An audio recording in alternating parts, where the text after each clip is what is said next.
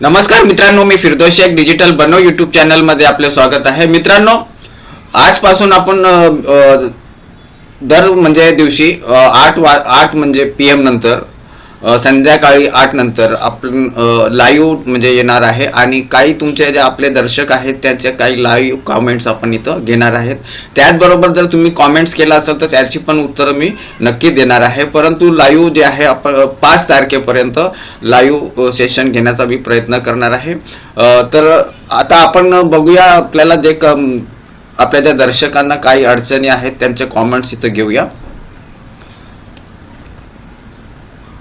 उदय Rajput comments करतायत, नमस्ते sir, माझी जात विजय आहे. मला व्हॅलिडिटी साठी अर्ज सादर करून 1 वर्ष होत आला आहे.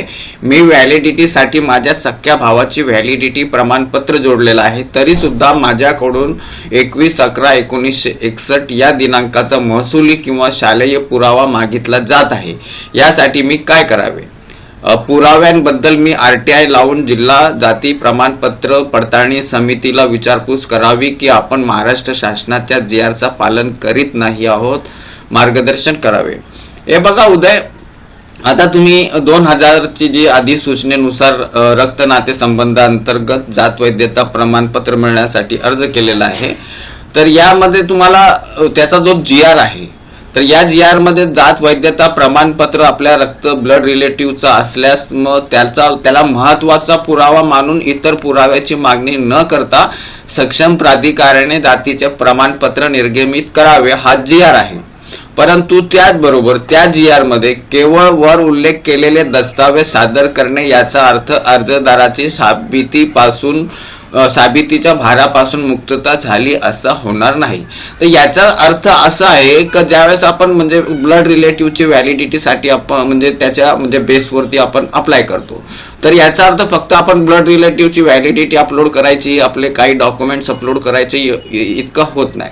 आपली जी जात आहे ती सिद्ध होण्याची जी म्हणजे भलेच आपल्याकडं म्हणजे अधिक पुरावे नाहीत, परंतु आपल्याला तिथं जात आपली आणि आपण ज्याचा म्हणजे ब्लड रिलेटिव्हचा वापरतोय त्याची म्हणजे जात ही एकच आहे आणि त्या एकच नातलग आहेत, हे थोडंफार आपल्याला सिद्ध करावे लागेल.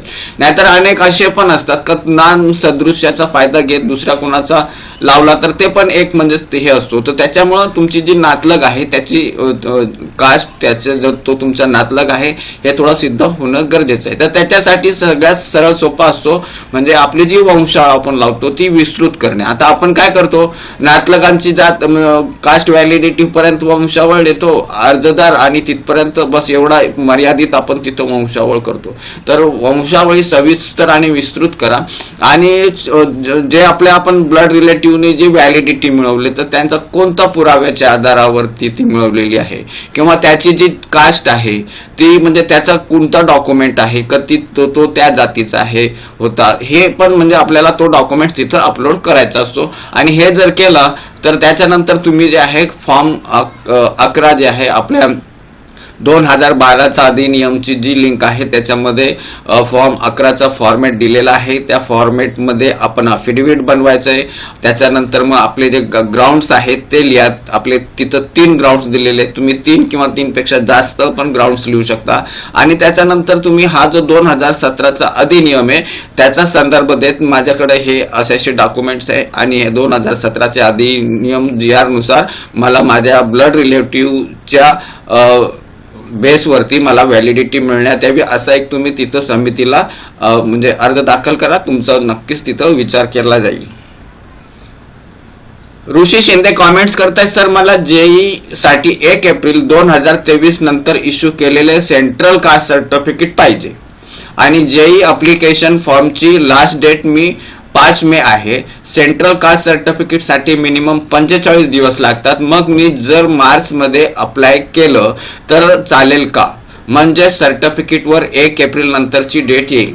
हे बघा शिंदे, आपल्याला जे पण सर्टिफिकेट आहे आता तुम्ही जे फॉर्म भरणार आहेत ते फॉर्म भरताना तुम्हाला तिथं म्हणजे पोस्ट डेटची फॉर्म म्हणजे लिंक म्हणजे भेटणार नाही तुम्हाला. भले सर्टिफिकेट जो आहे तो तुम्ही समजा मार्च एंडिंग मध्ये पण समजा तुम्ही अप्लाय केला तर तुम्हाला सर्टिफिकेट 1 एप्रिललाच मिळणार आहे. परंतु त्याच्यावरती जे इन्कम मागच्या 3 वर्षाचा जो इन्कम आहे तर तो तुमचा म्हणजे येणार नाही. तर त्याच्यासाठी तुम्ही 1 एप्रिलला म्हणजे तुम्ही तिथं अप्लाय करा आणि 45 दिवस असले तरी शैक्षणिक बाब म्हणून तिथं तुमचा जो अर्ज आहे तो कन्सिडर केला जातो.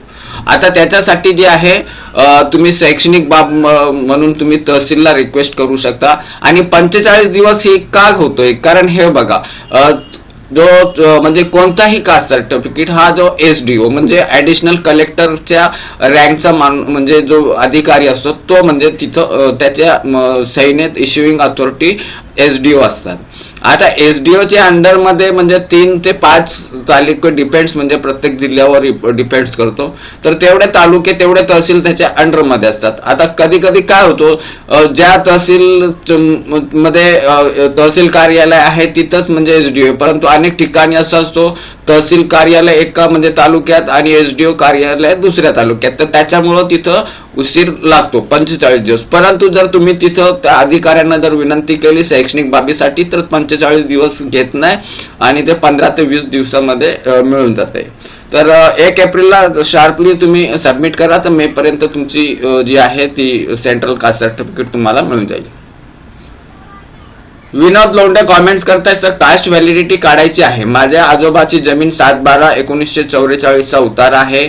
तो मी 2017ला तहसील मधून काढला होता. तर तो 7/12 उतारा मी अपलोड करू शकतो का? हे बघा विनोद, तुम्ही जेवढे पण महसुली पुरावे आहेत 7/12 झाला किंवा तुमचं गाव नमुना 14 असेल, कोतवाल बुक्काची नक्कल असेल, भलेच त्यांचे जे डेट आहे जुने पुरावे असले तरी तुम्हाला इश्यू ज्या दिवशी तुम्हाला केलं गेलंय तीच डेट येणार आहे.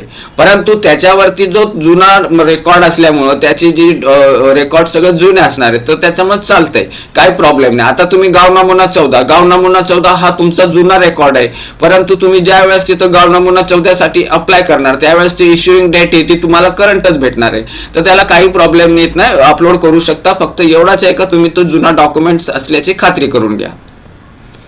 माझे आई वडील 2 वर्ष असताना मयत झाले, परंतु आता मला नोकरीसाठी जात पडताळणी प्रमाणपत्र सादर करणे आवश्यक आहे. माझ्याकडे आजोबाचा कोणताही पुरावा नाही, मी काय करावे, आपले मार्गदर्शन मिळावे. हे बघा इथेच तुम्ही म्हणजे आता व्हॅलिडिटी साठी सांगता, त्याचा अर्थ तुमच्याकडे कास्ट सर्टिफिकेट आहे आणि तुमचे वडील हयात नसले तरी त्यांचे जे म्हणजे जे जुने डॉक्युमेंट्स वगैरे आहेत तर ते तुम्ही म्हणजे जसं शाळेचा LC वगैरे तर ते तुमच्याकडे असणार आहेत, त्याच्यावरती तुमची कास्ट पण ही असणारच आहे.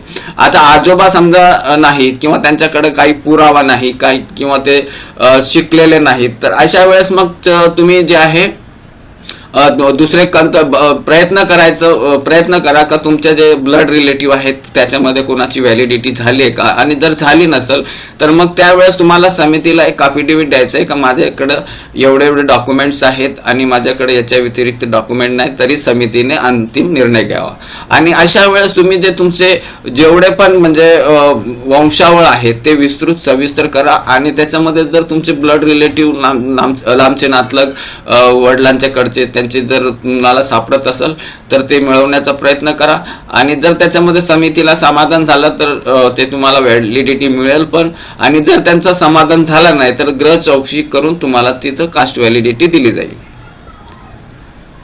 किशोर कॉमेंट्स करताय, सर मला कास्ट काढायची आहे सर, पण माझ्याकडं आजोबांचा 1961चा पुरावा नाही, तर कशी काढायची? बंजारा कास्ट विजय आहे, खूप दिवसापासून प्रयत्न करत आहे पण काहीच फायदा होत नाही आहे. हे बघा किशोर, जर तुम्ही म्हणजे कास्ट सर्टिफिकेट अद्याप तुमचा झालेला नाहीये आणि तुम्ही विजय म्हणजेच तुम्ही बंजारा समाजाचे आहेत आणि तुमच्याकडे डॉक्युमेंट्स पुरे नाहीत 1961चे, परंतु तुम्ही जे आहे जे काय आता तुम्ही एकदा म्हणजे तुमचा जो तहसील ऑफिस आहे किंवा उपविभागीय अधिकारी आहे त्यांना भेटून तुम्ही त्यांना तुमचं जो प्रकरण आहे ते सांगा आणि त्यांना सांगायचं सर माझ्याकडे एवढेच डॉक्युमेंट आहेत आणि मला जे आहे त्याच्यावरती त्यांनी सांगितलं का नाही ते तुम्हाला 1961चा पुरावा लागणार आहे, तर तेव्हा त्यांना सांगा सर ग्रह चौकशी करून आणि मला जो आहे तो निर्णय मला न्याय देण्यात यावा असं त्यांना विनंती करा. आणि त्यानंतर पण समजा SDOने तुमची जी तुमचं प्रकरण किंवा तुमचा जो से आहे तो ऐकला नाही तर मग तुम्हाला जी जात पडताळणी समिती आहे तुमच्या जिल्ह्याची त्या जात पडताळणी समितीमध्ये तुम्हाला जायचंय, तिथं अर्ज करायचंय का मी या जातीचा आहे, माझ्याकडे एवढे पुरावे आहेत आणि जुने अधिकचे पुरावे माझ्याकडे नाहीत, परंतु मला जे आहे SDO कार्यालय, तहसील कार्यालय जात प्रमाणपत्र इश्यू करत नाही, त्यावेळेस समिती जी आहे तुमचे जे अवेलेबल डॉक्युमेंट्स आहेत ते पाहिल आणि तुमची जी सुनावणी एका प्रकारे सुनावणी होईल आणि त्याच्यानंतर जे आहे जात पडताळणी समिती ते संबंधित तहसीलदार SDO यांना म्हणजे तुमच्या गृह चौकशी करून तुम्हाला जातीचा दाखला देण्याबाबत ते आदेश पारित करतील. तर या प्रकारे तुम्ही जातीचा दाखला मिळवू शकता. कल्पिता कॉमेंट्स करताय, सर गाव नमुना 14 मध्ये पंजोबाचे नाव आणि सरनेम मध्ये चुकले आहे, त्यासाठी गावची दुसरी त्यासाठी गावीच दुसरी करता येते का मुंबईला करावं लागेल? हे बघा, चूक झालेली आहे. जुने डॉक्युमेंट्स वरती जर तुमची कास्ट चुकलेली असेल तर त्याला दुरुस्त करता येत नाही. तुम्ही मुंबईला जा का कुठेही जा, ते करता येत नाही. आता तुमचं जर चुकलेला असेल तर त्यावेळेस तुम्ही ज्यावेळेस हा डॉक्युमेंट समितीकडे सबमिट कराल तर त्यावेळेस समिती जी आहे तुमच्याकडे ते संशयाने बघणारच आहे. तर ज्यावेळेस तुम्ही प्रकरण टाकताय तर ते टाकण्याच्या वेळेसच तुम्ही तिथं हे बघा, नाव किंवा आडनावामध्ये बदल अपभ्रंश असल्यास वंशावळ प्रतिज्ञापत्रात तसा उल्लेख करावा किंवा बदलाचे राजपत्र सादर करावे. आता तुमच्याकडं हे राजपत्र, आता तुम्ही इथं जे पंजोबा आहे, जर तुमचे ते पंजोबा हयात असेल तर एक गजेट करून घ्या, हयात नसेल तर मग तो विषय तिथं संपलेला आहे. आणि तुम्ही इथं लिहितात हयात नाही तर त्याच्यामुळे तुम्ही हा गजेटचा विषय तुमचा तिथं तुम्हाला आता करता येणार नाही. आणि 7/12 वर त्यांचं नाव नीट आहे. आता तुम्ही हे प्रयत्न करा, गाव नमुना 14 आणि त्याच्याबरोबर काही ऍडिशनल तुम्ही सगळ्यात पहिले तर तुम्हाला त्या अफिडेव्हिट मध्ये उल्लेख करावा लागेल त्या नावामध्ये म्हणजे बदल वगैरे असल्याबाबत. आणि त्याचा जो आहे वंशावळचा जो प्रतिज्ञापत्र आहे त्याच्यामध्ये पण उल्लेख करा. आणखी जर तुम्हाला डिटेल करायचं तर तुम्ही एक ॲडिशनल जे आहे अफिडेव्हिट ते पण तुम्ही तिथं अपलोड करायचंय. आणि ते सगळं केल्यानंतर मग तुम्हाला 7/12 आणि जे तुमचे डॉक्युमेंट्स अवेलेबल आहे ते तुम्ही तिथं अपलोड करण्याचा प्रयत्न करा.